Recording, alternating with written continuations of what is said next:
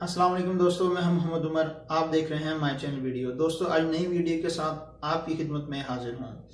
سندھ کے نامور دانشور اور تاریخ دان عطا محمد بمرو کا بدھ کے روز خیرپور میں 87 سال کی عمر میں انتقال ہو گیا۔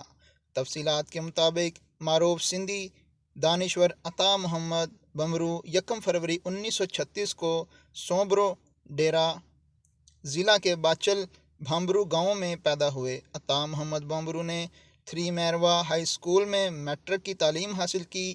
مشہور مصنف عطا محمد بمرو نے انگریزی کتابوں کا ترجمہ بھی کیا۔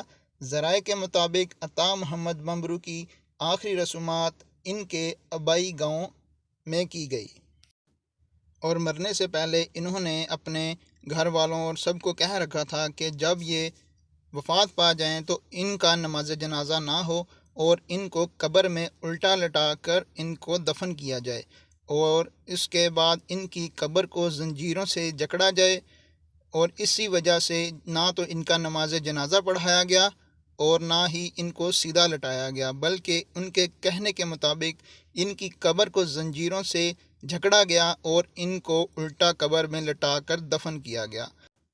اس ویڈیو میں نے کوشش کی ہے کہ آپ کو عطا محمد بمرو کے بارے میں کچھ معلومات فراہم کر سکوں۔